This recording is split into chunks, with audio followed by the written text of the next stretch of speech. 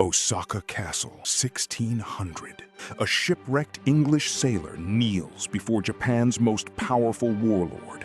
One word from execution as a pirate. 4 years later, that same man wears 2 swords and commands his own fief.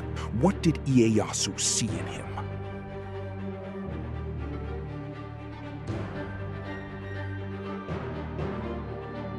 He was an English sailor, shipwrecked and starving.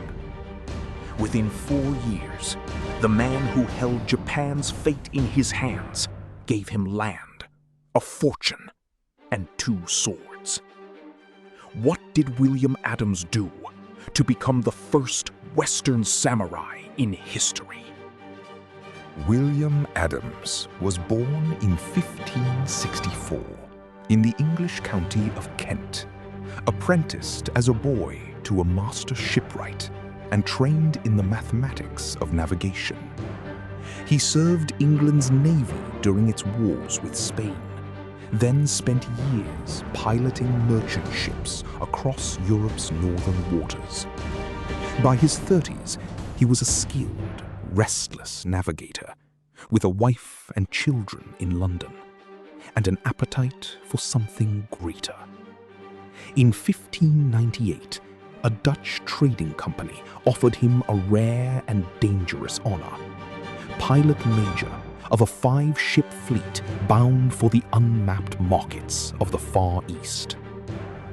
The fleet that left Rotterdam carried grand ambitions and almost no margin for survival. Adams's ships crossed the Atlantic, forced their way through the murderous storms of the Strait of Magellan, and scattered across the Pacific in search of trade and plunder. Crews died of scurvy, starvation, and violence with local peoples along the way. Ships vanished one by one, wrecked, captured, or lost without a trace. By the time a single battered vessel limped toward the coast of Japan in the spring of 1600, only 24 of the original crew were still alive, and most of them could barely stand. On April 19th, 1600, the ship Liefde ran aground in Usuki Bay on the coast of Bungo province, the first Dutch vessel ever to reach Japan. Local officials found a floating wreck crewed by dying foreigners who spoke no Japanese and carried unfamiliar weapons. Portuguese Jesuits, already established at court and eager to protect their trade monopoly, denounced the newcomers as pirates and demanded their execution. Word of the strange ship reached Osaka within days. The decision now belonged to one man, Tokugawa Ieyasu, the most powerful lord in Japan, who had not yet even seen these foreigners' faces. Ieyasu summoned Adams to Osaka Castle for questioning, curious about the ship and the men who had sailed it. Through an interpreter and the fragments of Portuguese he had picked up at sea, Adams explained where he had come from, what his nation believed, and why his ship carried cannon. Ieyasu asked about the wars of Europe, the shapes of the world's oceans, mathematics, astronomy, question after question, for hours at a time. The Portuguese pressed again for execution, but Ieyasu, unlike his advisors, seemed less interested in punishing a castaway than in understanding what a man like this actually knew. For weeks, Adams did not know whether he would live or die. He was held in confinement while Ieyasu weighed conflicting advice, and rumors reached him that the Portuguese were still lobbying for his death. Then, gradually, the summons changed in tone. Ieyasu began requesting Adams's presence not for interrogation, but for conversation. About shipbuilding, artillery, the balance of power among Europe's rival nations. Adams answered honestly, without the religious agenda the Jesuits carried. It was a dangerous gamble, in a country that could still kill him for a wrong word. It was also slowly working. Ieyasu's real test came in 1604. Build me a ship.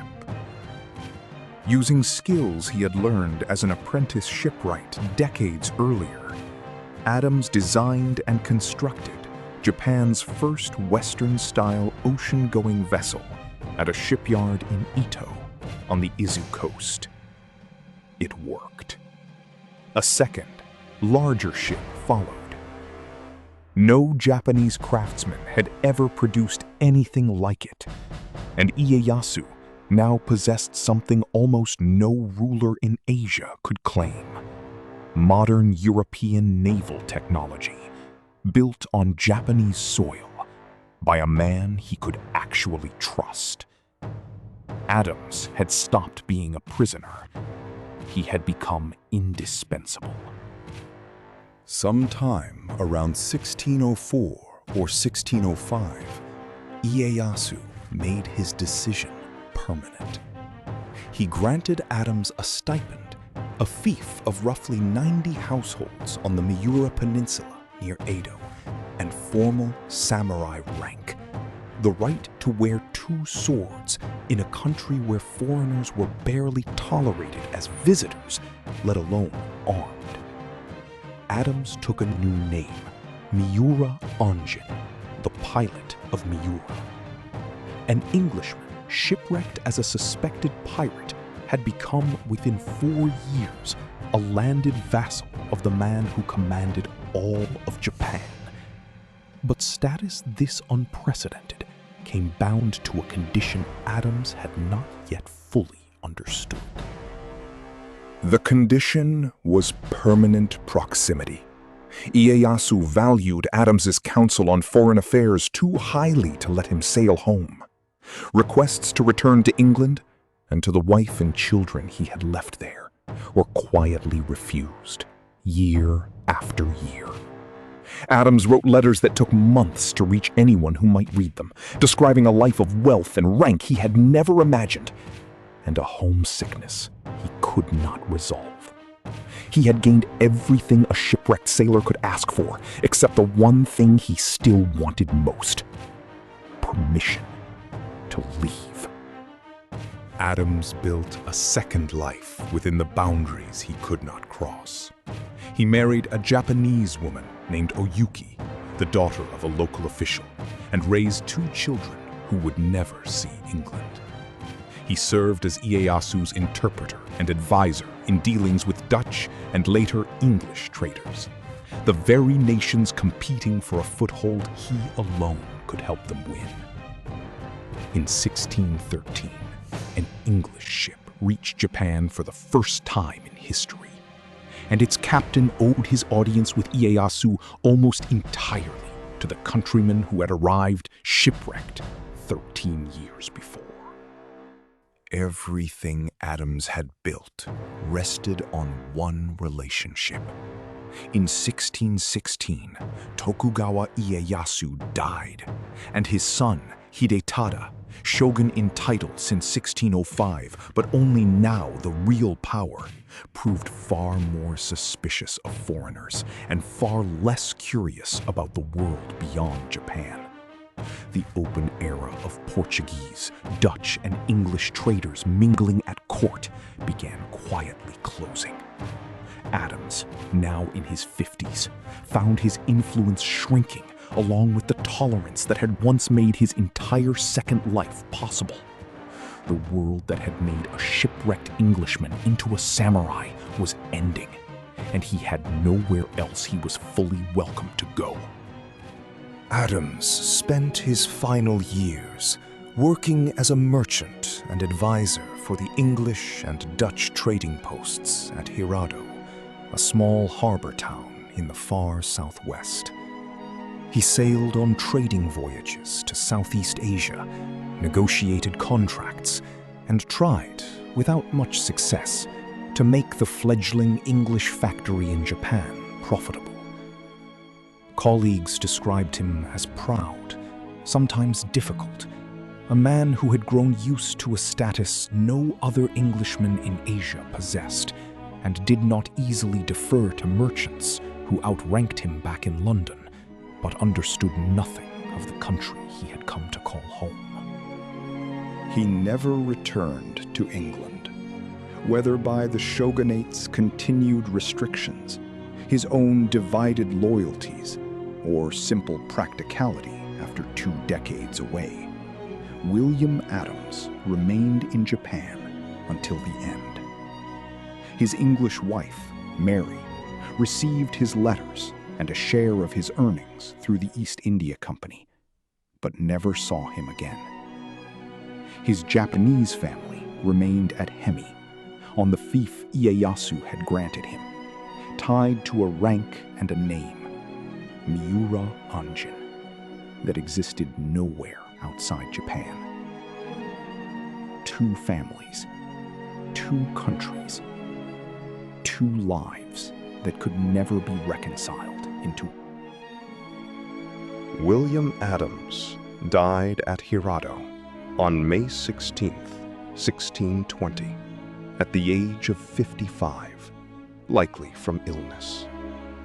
He was buried on a hill overlooking the harbor, in the country that had first tried to execute him as a pirate, and had ended by making him a lord. His will divided his estate between the English wife he had left behind and the Japanese family he had built in her place. A final acknowledgement of the 2 lives he had somehow lived at once, and could never fully choose between. News of his death took over a year to cross the world and reach anyone in England who had known him. 3 years later, in 1623, the English trading post that had brought him his old countrymen closed for good, unable to compete with the Dutch. His son Joseph inherited both the fief and the name Miura Anjin, and the memorials raised to him in Japan were still being tended long after his English name had been forgotten by everyone who once knew it.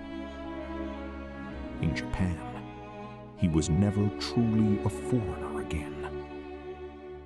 In England, he had become one. Strip away the shipwreck and the swords, and William Adams' story becomes a study in reinvention, forced by circumstance rather than chosen freely.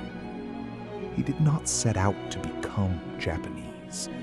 He arrived starving, powerless, and one bad word away from execution, and built, piece by piece, a version of himself that fit the only world still open to him. Every rank, every acre of land, every year of trust with Ieyasu was earned in a language and a culture he had to learn from nothing, with his life as the stake on the table.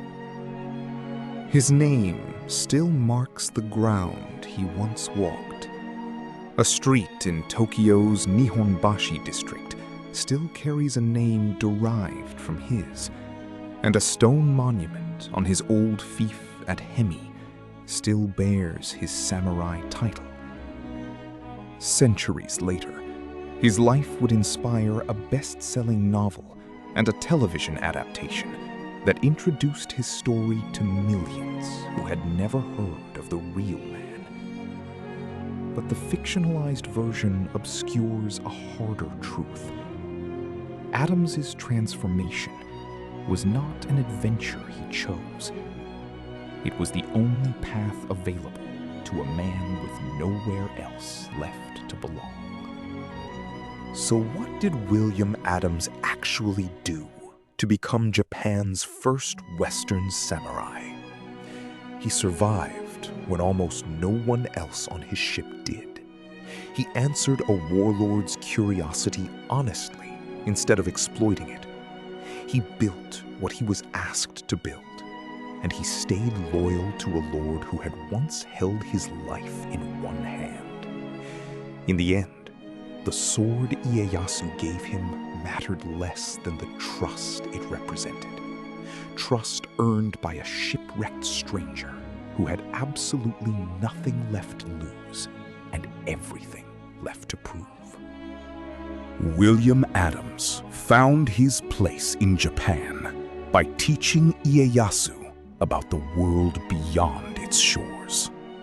2.5 centuries later, another man would try to do the same in reverse, teaching a generation of young samurai to look outward toward a world Japan could no longer ignore. His name was Yoshida Shogun, and his students would go on to topple a shogunate and build a modern nation. His reward for that teaching was execution for treason. Why would Japan kill the very teacher whose students would go on to save it? William Adams never chose to become a samurai. He simply refused to disappear when the odds said he should have. From a wrecked ship on the coast of Bungo to a fief on the Miura Peninsula, his life traces one of the strangest journeys in Japanese history. Proof that reinvention, however unwanted at first, can outlast the world that forced it. Miura Anjin is buried in Hirado still, an Englishman who never went home, remembered in Japan far longer than he ever was in the country of his birth.